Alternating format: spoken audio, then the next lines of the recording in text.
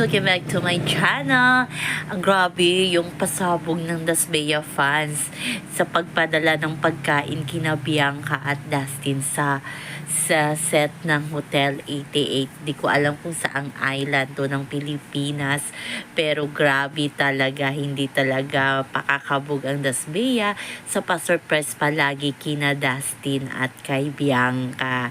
Yes, proud na proud naman itong si Bianca at si Dustin. In IG story pa ni Dustin, may palitsyon ang Dasbea fandom, OFC ng Dasbea, na ipinadala kina Dustin at Bianca at sa buong cast at staff ng Hotel 88. Diyan man natin makikita sa video ni Dustin na shinare sa kanyang IG story kung gaano sila kasaya sa set.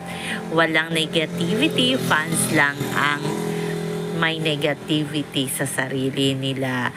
Ang saya-saya ng kanilang samahan, pati mga staff nila, yung mga crew nila, masaya sa pabudol fight na pinadala ng Dasbea fandom para sa kanilang mga idol. May pa-coffee pa. Yes, guys. May pa-coffee pa sina Dustin at Bianca, na syempre, sponsor din ng Dasbea.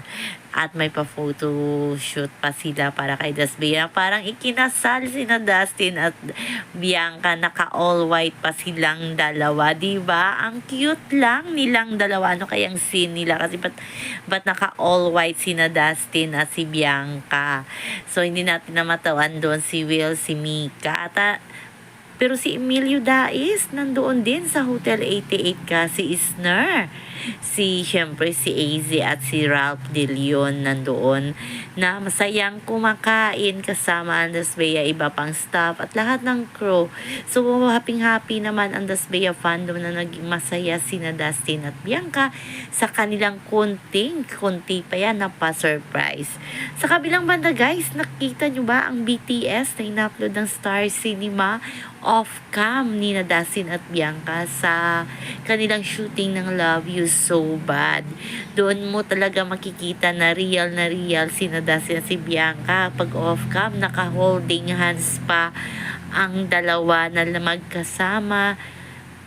Diba nakita nyo doon lahat kinilig na sa off-cam talaga hindi talaga ma-deny kung ano ang relasyon ni na Bianca at ni Dustin. So, good luck na lang at abangan natin ang Hotel 88 hanggang sa muli. Bye-bye!